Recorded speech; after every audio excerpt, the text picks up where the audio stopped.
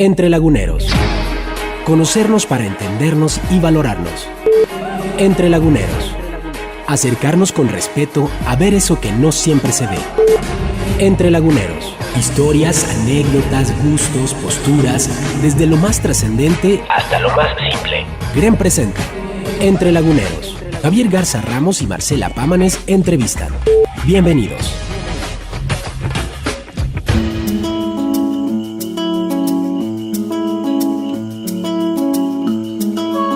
Muy buenas tardes. Empezamos una emisión más de Entre Laguneros y tenemos muchas cosas que compartir con ustedes. En principio, decirles gracias a las personas que nos llaman, que se comunican, que tuitean, que nos envían algún mensaje en relación a los invitados que tenemos y a las entrevistas que sostenemos en este espacio. También decirles que pues esta comunicación para nosotros es indispensable y que los invitamos a que la hagan a nuestros puntos de contacto que ahora mismo se los comparto. entrelaguneros@gremradio.com.mx, nuestro correo electrónico, los teléfonos 71 24 91 1 y 71 26 880.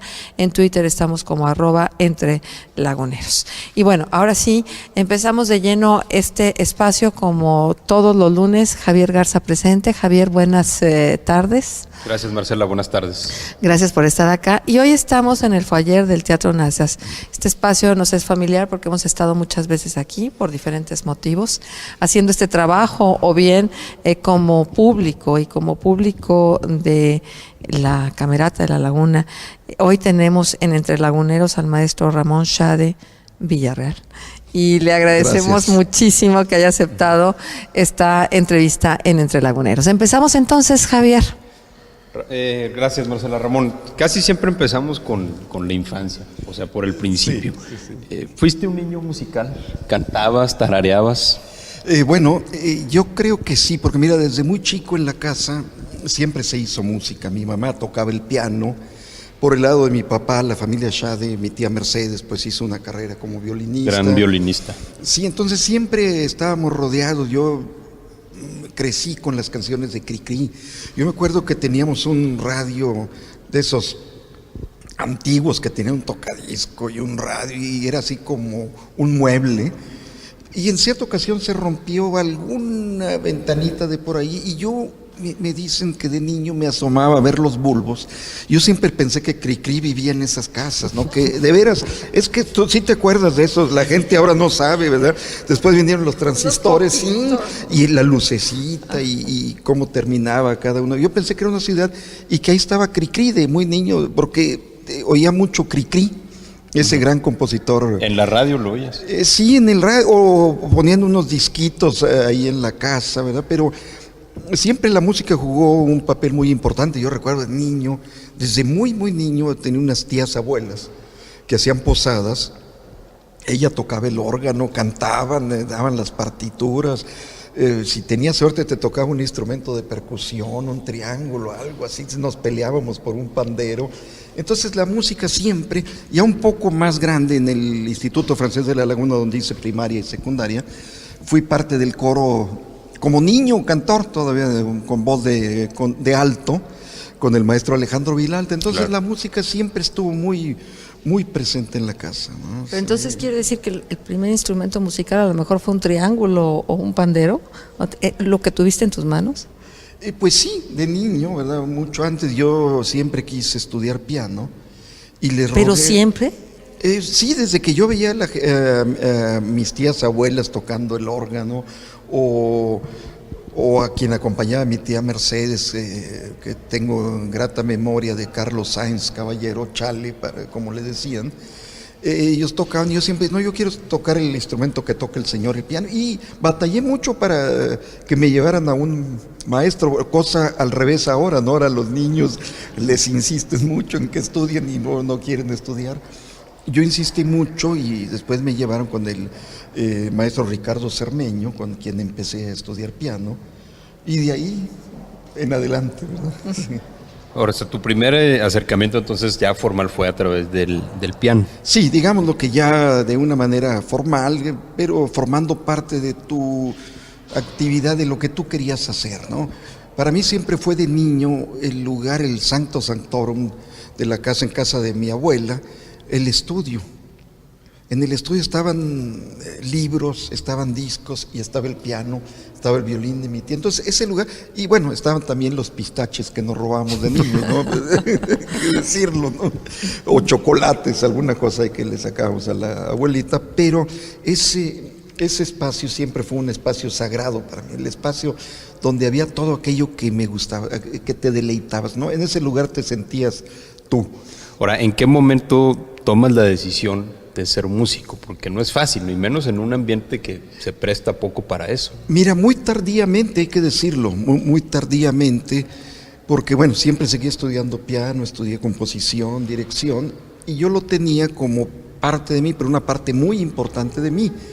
Mi papá decía que era una profesión muy difícil para ganarse la vida, etcétera. Entonces, a mí me gustaba otra música congelada, que es la arquitectura, ¿no? ¿Quién lo dijo? Wright o alguien. Siempre cita uno chueco, pero bueno. Entonces, yo pensé seguir la carrera de arquitectura. Pero una noche que no estaban mis papás en casa, dije, bueno, yo ya estaba avanzado en la cuestión musical, ¿no? Bastante, pero dije, bueno, mi hijo va a ser, mi hijo va a ser un gran músico, ¿no? Eso lo voy a educar, él va a ser, ¿verdad? Yo dije, no, bueno, que mi hijo sea lo que él quiera, porque él lo voy a...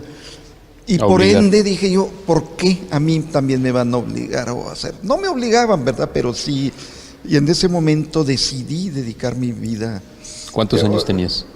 No, pues ya estaba, que tendría unos 20 años, ya 21 años en ese momento que decido desde entonces, ¿no? Sí. ¿Y qué dijeron en casa ante esa decisión? Uy, mi mamá me apoyó, ¿verdad? Mi mamá me apoyó el día que yo me fui, que salí de la casa para estudiar. Mi papá estaba hecho un mar de lágrimas porque decía, es que te voy a ver tocando en quién sé qué cantina.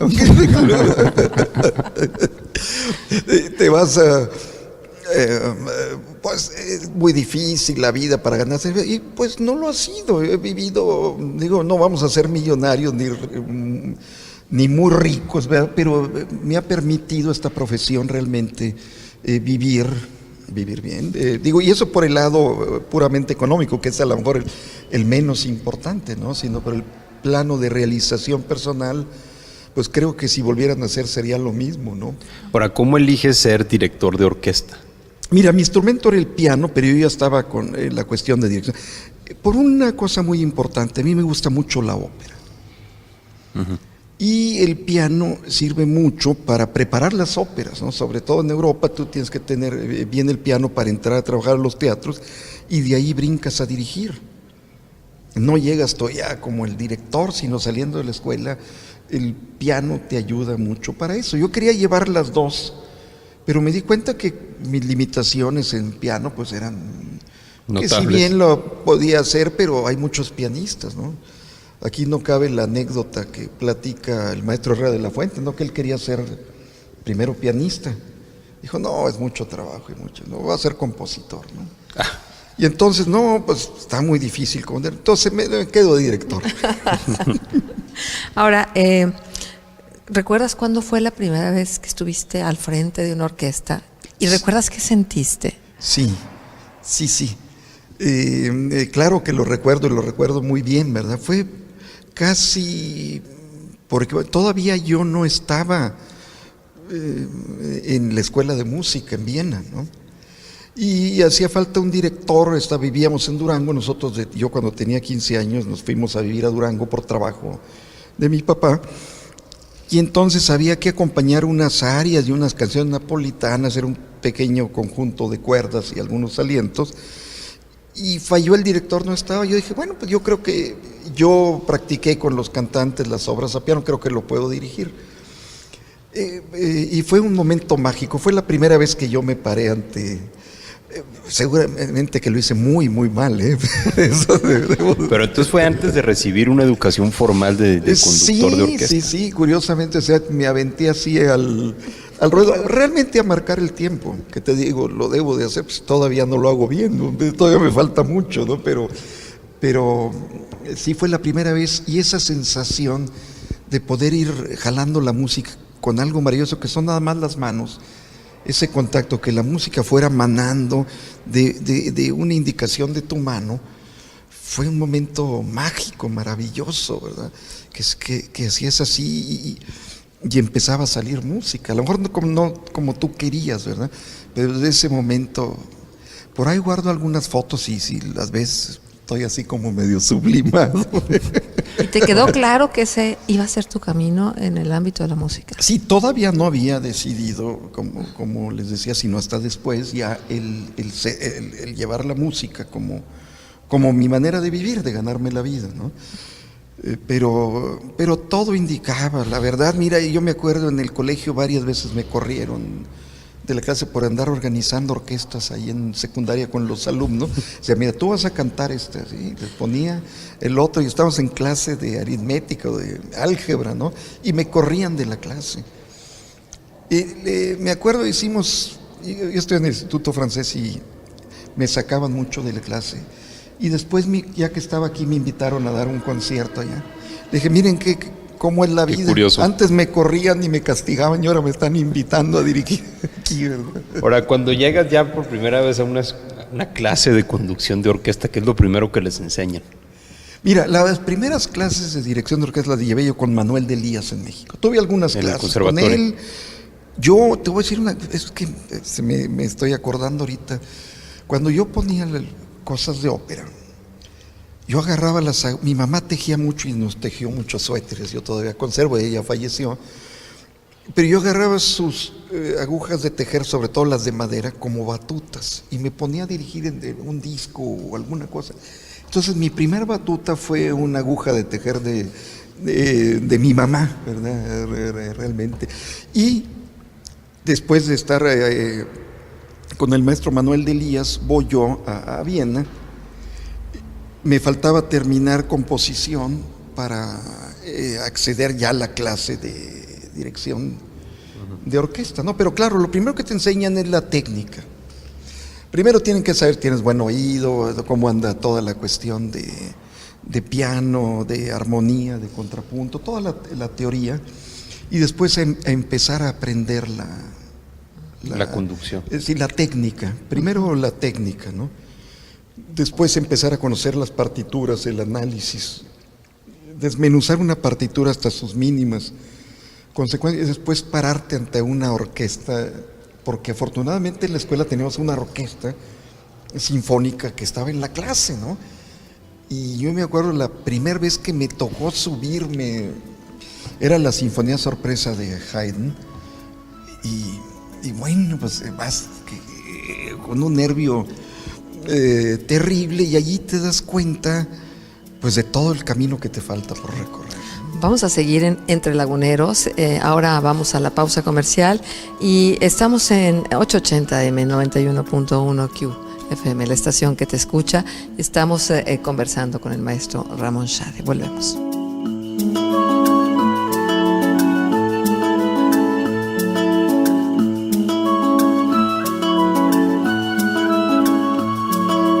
Reconocer al otro es admirar las cualidades que uno aspira a alcanzar. Arturo Noria. Entre Laguneros. Volvemos. Escucha Entre Laguneros. Javier Garza Ramos y Marcela Pámanes le acompañan. Correo: entrelaguneros@gremradio.com.mx. Teléfono 7124-911 y 7126-880. Y Twitter @entrelaguneros. Entre Laguneros.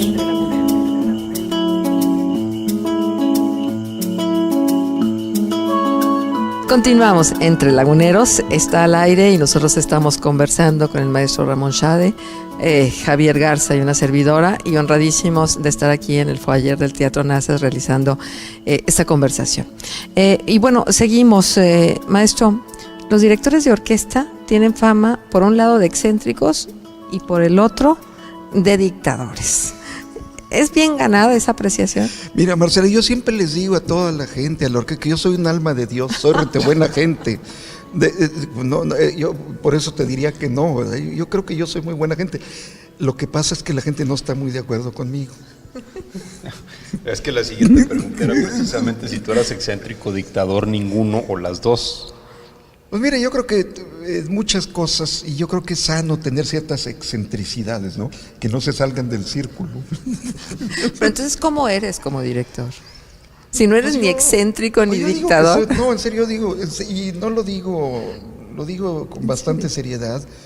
Digo, sí, a veces pierde uno. Mira, en la música no hay democracia. Tú tienes una idea, pero muchas veces la idea viene de la orquesta. De repente hacen algo, dices, oye, mira qué bien, ¿no? Y lo adaptas, ¿no? Porque cuando tienes un buen instrumento, se retroalimentan varias cosas ahí, pero en general llega uno con una idea. Y a veces tú dices, oye, la idea con la que yo llegué era equivocada. El tempo, o sea, qué tan rápido o qué tan despacio una obra, estaba totalmente equivocada. Por varias razones, porque a lo mejor la sala es más grande y la acústica tarda más tiempo en expandirse en eso, y te regresa y te rebota a ti mismo, ¿no? Como oye uno es de lo que sale y de lo que regresa, eso es muy importante. Mira, me es muy difícil cuando me preguntan cómo soy, porque yo mismo, ¿no? Y ustedes también no creo que sepan cómo somos. Yo creo que esa es la pregunta que nunca va a tener una respuesta, ¿no? Nosotros nos vemos y a veces nos vemos en el espejo y dices, ese soy yo. Pues yo creí que era más bonito, ¿no? Pero como director, Y lo digo metafóricamente, me explico, a veces herimos a gente, a veces herimos ciertas susceptibilidades. Hace poco a una solista le dije, oigan, ahí me deben unas notas, ¿no? Y pues se me pusieron muy tristes, a lo mejor no supe yo decirlo como, no sé. por ejemplo, como director, tú tienes que saber en el color que están tocando cómo está sonando cada instrumento, ¿no? Tienes que, mira, hay un proceso, y el proceso más mágico y maravilloso es cuando estás solo en tu estudio, completamente solo, y abres la primera página y empiezas a ver las notas. Ese es el primer encuentro y es un momento muy mágico, sobre todo cuando se trata de una obra nueva o de un estreno, ¿no? Entonces hay que analizar, hay que buscar qué técnicas empleó el compositor. Precisamente por eso un director estudia composición. Yo tengo fugas y unas sinfonietas y cosas, pero que nunca las que pueden estar bien, digamos, ortográficamente, pero que obviamente no soy un compositor y soy muy mal instrumentador también. Pero ahí tú le estás tocando en tu cabeza. Otra cosa es cuando ya sale de tu control y pasa a que otros la toquen. Sí, pero eso va a depender de qué tanto control tengas tú en la cabeza. O sea, como decía alguien, un director tiene que tener la partitura en la cabeza y no la cabeza en la partitura, ¿no? Entonces, que estás ahí descifrando a ver qué pasa, ¿verdad? Sino realmente hay que llevarla en la cabeza, traerla contigo. Y no siempre lo tiene, hay que no la tienes. Hay veces que llega uno casi a leer a primera vista, porque ya cuando empiezas en la profesión no es tan fácil de tener tanto tiempo para estudiar la verdad, y se te juntan programas o invitaciones, y a veces tiene uno que hacerle como que sabe. Ahora, ¿cuáles son los infiernos de un director de orquesta? Bueno, yo no diría los infiernos, pero lo que tú no puedes controlar, ese es el caos. Y el caos es el infierno, ¿no? Entonces, lo que tú a veces no puedes controlar es en qué atmósfera existe en una orquesta. Tú estás trabajando con gente, y trabajar con gente es lo más rico, pero también lo más difícil que hay. Tú llegas a un piano o un órgano, le aprietas y va a responder y tiene que responder. Yo digo que el director es un gran convencedor. Debe de convencerlos de que sabe y que la idea que trae, aunque no sea la que ellos tienen, tú sepas tener la fuerza para poder hacer que ellos le expresen. Entonces no tienes a veces el control sobre la orquesta. Hay veces obras que no les interesa en absoluto tocar, por ejemplo, música contemporánea. Muchas orquestas que se rehúsan que están locos, que es puro ruido, que se están burlando de uno. Hasta me decía una vez que hicimos un estreno en México con una de las orquestas, ¿verdad? Me dijo, ay maestro, usted nomás márquela y ponga cara de muy serio y vamos a tener mucho éxito, ¿no? Le dije, no se trata de eso, ¿no? Se trata realmente de entrar a la médula de tal. Entonces, eso es una de las cosas difíciles, que estás tú expuesto. Si alguien te quiere boicotear dentro de la orquesta, es muy fácil hacerlo. Ahora, si el infierno es el caos, ¿qué es el cielo para un director de orquesta? La armonía, la afinación, el ritmo. Y ahorita que tú mencionas esto, en algún escrito de Bach, dice él que el bajo continuo es como Dios, que es el fundamento de todo. Ustedes saben que en la música barroca, o sea, en la técnica del bajo continuo, es un bajo dado, y sobre ese bajo se construye todo. Y si no hay fundamento, si no hay Dios, o sea, no hay bajo continuo. Pero tiempo después Bach, no recuerdo el número de cantata, es una cantata para alto y orquesta, habla del pecado y no le pone bajo continuo. Es de sus pocas obras que no llega, porque ¿cómo puede ser que en el pecado, y el pecado no entendido moralistamente, ¿no? de lo que hacíamos de niños, de que no fui a misa o cosa por el estilo, no, sino el pecado que más grave que los que comete uno contra uno mismo, no existe bajo, no existe Dios, no existe, o lo que cada quien quiera ver como Dios, ¿verdad? Con lo que es Dios para cada quien, cada uno de ellos. El caos, otra vez. El caos. Mira, ejemplo maravilloso. Cuando cumplimos un concierto aniversario, hicimos una gran obra, una de las obras más maravillosas que conozco, que es la creación de Joseph Haydn, para coro, solistas y orquesta. Es una obra sublime realmente. Y la obra empieza con un número instrumental que se llama El Caos, así, tal cual. Porque al principio existía el caos, no había orden, ¿no? Y entonces hay disonancias. Es una música, pues debo decirlo, es maravilloso también en el caos. Existe una belleza que Haydn la expresa muy bien. Después empieza el primer número donde dice, y Dios separó todo esto, pero cuando dice, y se hizo la luz, entra un acorde de do mayor, la tonalidad más conocida de todas, con toda la orquesta. Es un acorde que irrumpe con una luz, irrumpe con todo el caos, y a partir de ese do mayor, de ese acorde luminoso, todo es armonía, todo es el contrapunto que está jugando uno con otro de una manera muy... El padre Enrique Ponce en la pasada entrevista nos dijo que Haydn decía que escuchar música es escuchar a Dios. ¿Es cierto? Pues sí, yo creo, fíjate que yo creo que la música es el reflejo de Dios sobre la tierra, porque es la armonía. Es la armonía, es la creación, ¿no? Sí. ¿Y tú sabías que iba a estudiar piano? Sí, nos dijo ahí. Enrique iba a ser colega, lo íbamos a contratar aquí a tocar. Cuando ya estás ahí parado frente a la orquesta, Ramón, ¿la batuta es un instrumento de poder? No lo veo yo así. La batuta es la conexión tuya con la orquesta. Y la conexión no debe de darse a través de sojuzgar. No es la manera al contrario, yo lo veo como algo muy sensible. La batuta es la conexión que tú tienes, ¿verdad? Con eso. Y no debe de ser nunca. Lo he hecho, y he hecho música en esas condiciones, y es muy feo, y es muy malo. Si algo se sale del control en un concierto, o por lo menos hay algún momento en que a ti no te gusta cómo sonó, ¿qué haces al finalizar el concierto? No, lo hago en el momento que está pasando, ya después de que pasó el concierto. ¿Pero cómo lo haces? ¿Con alguna mirada? Sí, cuando yo veo que algo... Mira, a veces uno llega a imaginar de que un músico no está con el ritmo, y el músico no está tocando todavía.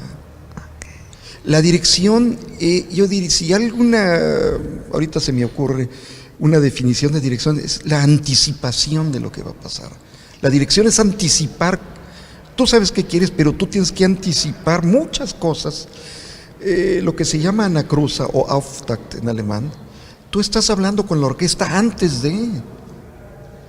Cuando empiezas una obra que es, vamos a decir, un lento muy cantable, tú ya lo estás dirigiendo desde antes de levantar la batuta, con tu mirada, con tus músculos, con todo esto. Fíjate que es una buena definición de dirigir. Dirigir es anticipar. Pero entonces, ¿qué significan los movimientos? Cuando mueves a la derecha, cuando mueves a la izquierda, digo, eso ya está ensayado, ¿no? La orquesta ya está encarrilada. No puede ser que tú tengas un guión ya escrito, y ahora aquí en este momento me volteo, que hay directores que lo hacen. Y aquí es más teatral, ¿no? Sí, no. Tú vas actuando en base a lo que va necesitando. Si la orquesta va muy bien, van todos bien. Yo creo que la mejor, y es en serio, la mejor manera de dirigir es cuando no estás dirigiendo, cuando no diriges, cuando puedes dejar que fluya. Cuando tú tienes que intervenir es porque algo está pasando, o porque vas a anticipar un cambio de tiempo, pero ya después del concierto ya nada es recuperable, ¿verdad? Pero a ver, Ramón, la figura central de una orquesta es el director. El director muchas de las veces roba las miradas y roba la atención. Esto te hace de alguna manera el protagónico. ¿Te gusta este papel? Mira, a veces me gusta y a veces no. A veces siento que hay muchas miradas clavadas en ti y es incómodo. Es incómodo cuando tú sientes que hay público. Los conciertos más ricos es cuando tú sientes que no hay nadie, que estás tú con la música y los músicos. Cuando tú empiezas a dirigir para el público, porque mira, hay muchas anécdotas, puedes brincar y hacer un movimiento, cerrar los ojos, y ya, eso, bueno. Es más para consumo del público. Sale sobrando. Mira, yo en un ensayo con la Filarmónica de Viena,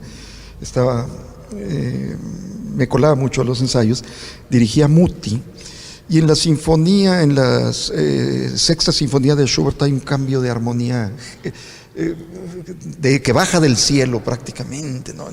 Inclusive directores hasta le paran ahí y entra, ¿verdad? Entonces decía, de una armonía, de una tonalidad a otra, Muti decía, bueno, tenemos que hacer algo diferente, que la gente sienta que hay un cambio. La posición del arco tiene que ir en otro lado, porque esto técnicamente, no, a ver, toquen bonito, pues sí, toquen bonito, pero ¿cómo lo voy a hacer ese bonito? Entonces Muti decía, no, aquí tenemos que cambiar posición de arco y tal. Dicen, miren, yo inclusive puedo cerrar los ojos y darles la entrada. Así el público va a decir, bravo maestro, qué magia, ¿verdad? Qué arrastre. Y él se burlaba, ¿verdad? Él mismo decía, pero bueno, a veces lo hace uno, a veces no lo hace. No, uno no debe de dirigir para el público. ¿Sabes qué? Uno no debe de utilizar la música para otra cosa que no sea la música. Y hay gente que utiliza la música pues para su interés, para su promoción, uno tiene que tener una actitud muy humilde ante la música. Bien, vamos a hacer una pausa comercial y regresamos. Esto es Entre Laguneros. Gracias por su sintonía.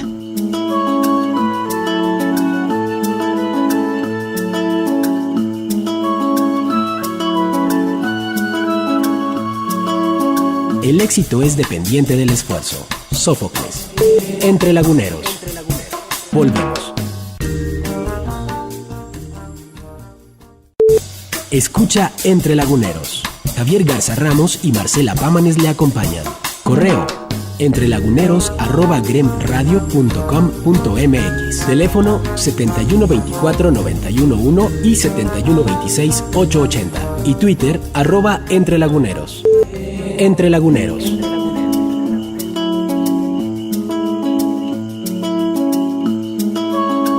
Continuamos, seguimos Entre Laguneros.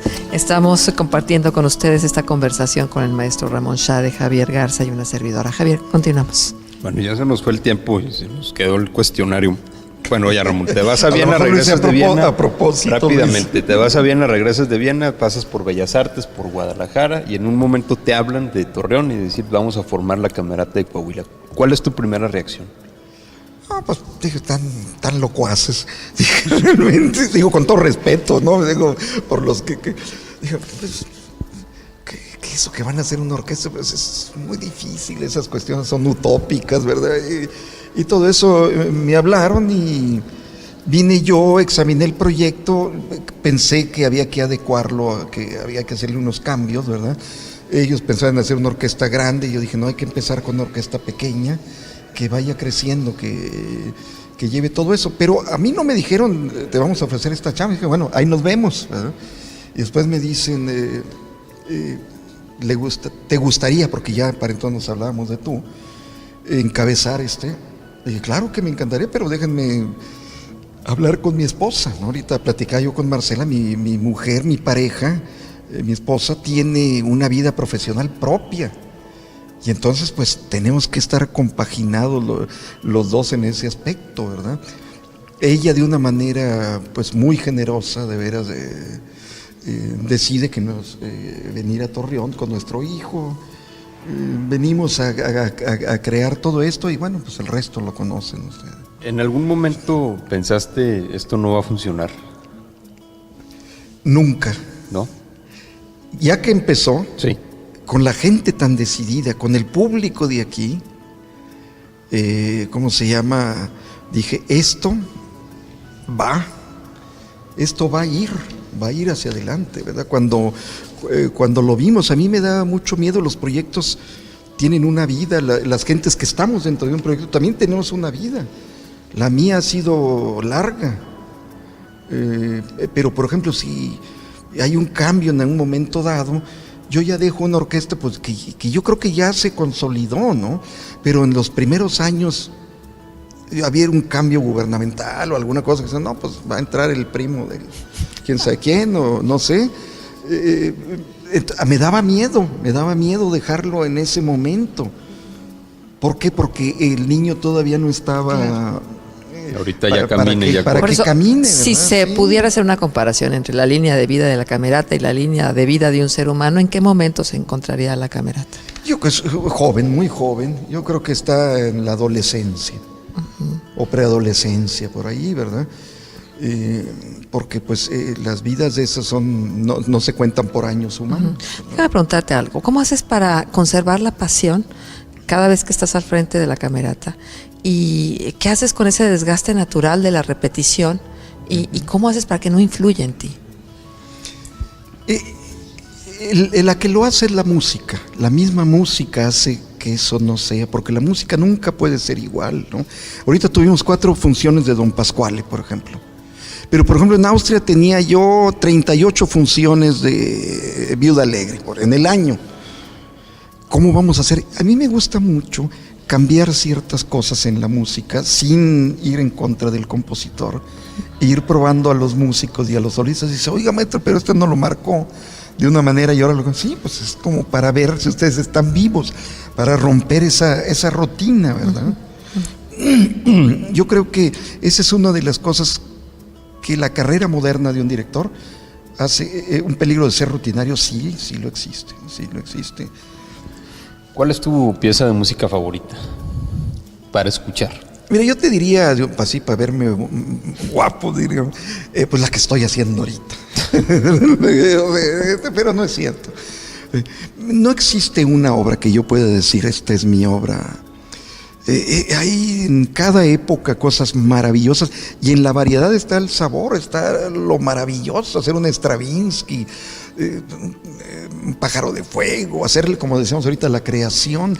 Esas son obras que toda tu vida estás manejando alguna vez hacer y que nunca terminas de aprenderlas, ¿no? Siempre estás... A ver, Ramón, y dentro de tu historia musical ya larga, una trayectoria importante, ¿hay algún concierto que todavía reverbera en ti, que te siga haciendo eco de lo satisfecho, pleno que te sentiste? Eso es un peligro, eso no debe de pasar nunca.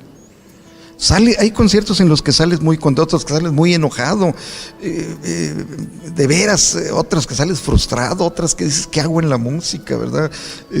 Y otros que dices, fue un momento maravilloso, pero pasó y se acabó y no existe más. Si yo me quedara así con eso, se me pudre adentro. Ahora, ¿qué es lo primero que haces al terminar un concierto? Pues me quito el frac. Pero necesitas hidratarte, necesitas hacer algo en particular. Mira, cuando fumaba, que ya no, afortunadamente hace muchísimos años que no, echarte un cigarro después de un concierto era una cosa riquísima, como después de muchas cosas agradables en la vida, ¿no? Es una de las cosas, pero así una cuestión en particular, no, mira, me gusta mucho, a veces hay compromisos de ir a cenar y te vas y que esto, que lo otro, pero me gusta, cuando estás en la sala hay mucha gente, estás con la orquesta, está todo, pero me gusta estar solo. Para mí es muy importante después de un concierto estar solo. Desahogarte. Con mi mujer en este caso, ¿verdad? El poder estar solo. A lo mejor salir caminando del teatro e irte con tus jeans caminando. ¿En algún momento has perdido piso? Porque bueno, son muchos los halagos, son muchos los reconocimientos. ¿Has sentido que bueno, esto te ha movido? Creo que no, creo que no. Mira, a veces hay que ser más cauto con los halagos que con las críticas. Yo agradezco mucho las críticas, buenas, malas, de todas las agradezco mucho, pero creo que no he perdido piso. A veces me ha dicho, qué cosa tan maravillosa.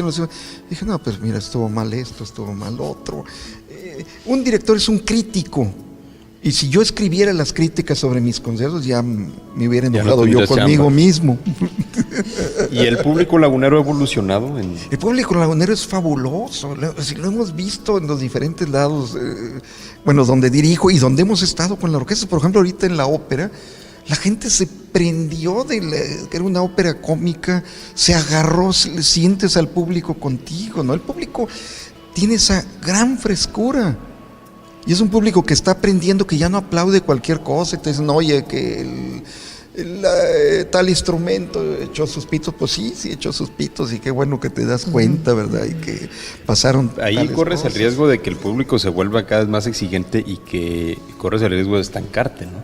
O de caer en la complacencia. No, bueno, Juan Ibáñez decía que no había nada más peligroso y difícil que el éxito. Porque ¿qué sigue después? ¿Cómo vas? Mira, no, yo creo que el público tiene que seguir creciendo con nosotros, porque también, así como pueden apreciar un error, aprecian más lo que haces bien. Y es más difícil a veces apreciar lo que haces bien, porque los errores se ven, ¿verdad? Si a ti se te pasó la pinturita de todo pues se va a ver ahí, pero si a lo mejor traes un súper pintado ahí, no sé, por algo tan sencillo como eso, fíjate que de veras los errores se ven más y los errores pesan mucho. A veces se puede acabar una carrera por 2, 3 errores y haber tenido muchos aciertos, ¿no? Saber apreciar lo bueno es más difícil y te requiere más que Ahora, déjame preguntarte algo. Si pudieras decirle algo a esa persona que le sonó el celular en algún momento del concierto, ¿qué le dirías? Desahógate, Ramón, desahógate. No, ¿sabes qué? Mira, es que yo estaba muy concentrado. Nos pasó una vez inicio una sinfonía de Beethoven, ¿no? Estás tan concentrado, es una sinfonía, creo que fue la 4ª sinfonía, donde empiezas una concentración fuerte, que en realidad a mí el celular me volvió otra vez a la tierra. Dije, ¿qué hago? Pues lo único, nunca en mi vida había corté. Y dije, bueno, pues estamos vamos a volver a empezar, ¿verdad? En ese momento no agarré odio jarocho, otras veces sí agarras odio jarocho. Me van a disculpar, a veces se ha agarrado odio jarocho con la televisión en ciertos conciertos, ¿verdad? Aquí estamos en televisión, con todo respeto, pero hay veces que son invasivos, que se sienten dueños de que porque te van a... Una vez me pasó en Guadalajara, estaba yo, y unos camarógrafos ahí que se metían, no digo de qué casa, ¿verdad? Pero, se metían y todo, entonces sí salí en un momento y les dije, por favor, sacan todo y se van porque... bueno, una cosa puede ser un accidente y otra es que ya se empoderen del lugar, ¿verdad? Actualmente pues es muy, muy sutil. Acabo de dirigir la Nezahualcóyotl con la FUNAM, lo pasan en vivo, pero tú ni ves las cámaras, ni las ves. Ramón, ¿qué sigue para la Camerata? Algo muy, muy, muy, muy, muy importante que ya se ha dado con el paso del tiempo es el llegar hacer orquesta filarmónica, sinfónica, que es lo mismo, sinfónica o filarmónica, exactamente lo mismo. Eso es lo que sigue, es un reto muy, muy fuerte y que tenemos que aprovechar la oportunidad que está dando el gobierno del Estado, porque eso hay que decirlo bien claro, lo decimos cuando nos falta, pero también lo decimos cuando existe. Eso hay que tomarlo y lo estamos tomando con toda la mano. Eso es lo que sigue y muchas nuevas obras porque pues él te da para otras obras, ¿verdad? No hay que confundir calidad con cantidad. Yo espero que mantengamos la calidad que hemos tenido creciendo. Y hablando del apoyo del gobierno, cuando tú te vas a Viena a estudiar, pues necesitas becas, necesitas apoyo. Uh-huh. ¿Tienen los gobiernos en México una deuda con la educación musical en México? Todavía nos falta mucho que recorrer en esa cuestión, ¿verdad? De la educación en México. Tú ves que todas las orquestas tenemos necesidad de tener músicos extranjeros. Y afortunadamente tenemos gente que viene a nuestro país a enseñar y a dar todo su conocimiento con nosotros. Tenemos que producir más músicos. Ahorita, para la crecida de la orquesta no va a ser nada fácil. Nada fácil porque hay que entender, y esto es algo que hay que recalcar, nosotros apoyamos muchísimo las orquestas infantiles, juveniles. Debería de haber en cada escuela una orquesta juvenil, en cada ciudad mínimo debería de existir, pero cuando ya llegas al plano profesional, pues ahí tienes que tener audiciones y un límite donde ya la cuestión social o de reflejo en la sociedad para que no hagan cosas malas, que estén haciendo música, ya juega otro rol. Aquí ya es un negocio y hay que escoger músicos buenos, ¿no? En esa cuestión. Uh-huh. A ver, vamos a entrar así a un ejercicio de respuestas cortas, la primera que se te venga a la cabeza. Qué peligro. A ver, no me cansaré de ser. La música sirve para El alma. mi vida podría ser musicalizada por Mozart. ¿Vale la pena esforzarse por? Totalmente. ¿La vida me ha dado? Es impagable lo que me ha dado. O sea, el ser, el haber sido y el haber tenido todo lo que me rodea, el haber tenido la música, a mis hijos, a mi esposa, a mi familia, a ustedes, ¿no? Pues es maravilloso. ¿Vino, tinto, whisky o tequila? Ahorita un tinto, un buen tinto. ¿Y en qué momento? Pero si me lo cambias por un blanco seco, No hay problema. Me quedo con el blanco seco. ¿Eres creyente, Ramón? Sí. ¿Practicante? Mira, practicante no mucho. En mi religión, la religión que yo tengo, que es la que tenemos la mayoría de los mexicanos, te digo, no, practicante no lo podemos decir, pero sí siempre con la palabra. ¿Y cuál es tu personaje religioso de referencia? El personaje, hijo, fíjate que hubo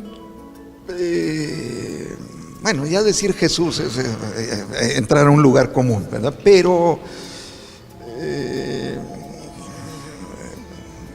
hay un personaje que a mí en la religión me ha ayudado mucho, que es un teólogo suizo que viene de Alemania, que es Hans Küng. No sé si hayan leído. Sí. Hans Küng es un teólogo que está prohibido. Juan Pablo II lo prohibió. Ahora Ratzinger lo vuelve a llamar y están platicando con él. Pero tiene un libro que se llama Ser Cristiano. Hans Küng ha sido capital en mi vida. Yo creo que uno de los grandes teólogos cristianos. ¿Y si volvieras a nacer, volvieras a ser director de orquesta? Pues yo creo que sí. Mira, ¿sabes? No, te voy a decir, ¿qué me gusta? Si me dan a escoger, si Diosito me dice, bueno, ¿sabes qué me gustaría mucho ser? Barítono de ópera italiano. Para cantar Verdi y salir ahí. Me encanta eso, me encantaría. ¿Tienes entonces una vena actoral ahí metida? Me gusta mucho la ópera. He trabajado mucho anteriormente, antes de estar aquí, en teatro. Y en el teatro no hay hora, no hay mañana, no hay tarde, no hay noche. Hay lo que tú quieras hacer, lo que hay en el escenario, ¿no? Tu libro de cabecera, Ramón. Bueno, yo creo que uno de mis libros fuertes son las obras completas de Shakespeare. Shakespeare ha sido para mí, Shakespeare y Mozart son dos de las figuras centrales en mi vida. ¿Y quién es tu referente en la dirección de orquesta? ¿A quién admiras? Admiro mucho a Claudio Abbado, admiro mucho a Toscanini, a Scholti. ¿Sabes quién también maravillosísimo, que tiene una carrera? Carlos Kleiber. Y si ahorita te dijeran, puedes tener a cualquier solista para que venga a tocar con la Camerata, ¿a quién escogerías? Mira, tengo muchas ganas de que venga Cecilia Bartoli. Tengo muy ganas y hemos hecho los esfuerzos, ¿no? Porque por tenerla y creo que lo podamos ver. Mira, si tuvimos a Baduras Koda, que es legendario, yo de niño tenía sus discos y lo veías y estuvo con nosotros. Se pueden lograr muchas cosas. Bien, pues con esto estamos llegando al final de este programa Entre Laguneros. Ha sido un gusto, Ramón, que hayas accedido a estar. Pero sí se fue muy rápido. Tengo que agradecer tanto a tanta gente que ya no me va a quedar, ¿no? Ese es otro programa, a mi patronato, a esta gente que de veras, por ellos estoy yo aquí. Muy bien. Pues otra vez muchas gracias, Ramón. No, al contrario. Javier, nos encontramos el próximo lunes. Gracias, Marcela, el próximo lunes. Muchísimas gracias. Gracias a todo el equipo que de verdad, de una manera diligente, hacen posible que nosotros podamos realizar estas entrevistas. Muchas gracias, Israel. Gracias, Lucero. Gracias, Alejandro. Gracias a toda la gente. Y les recomendamos ver también en Siglo TV Entre Laguneros. Muchísimas gracias. Hasta la próxima. Entre Laguneros. Entre Laguneros. Los esperamos con una nueva entrevista la semana entrante. You, 91.1 FM, 880 AM. la estación que te escucha.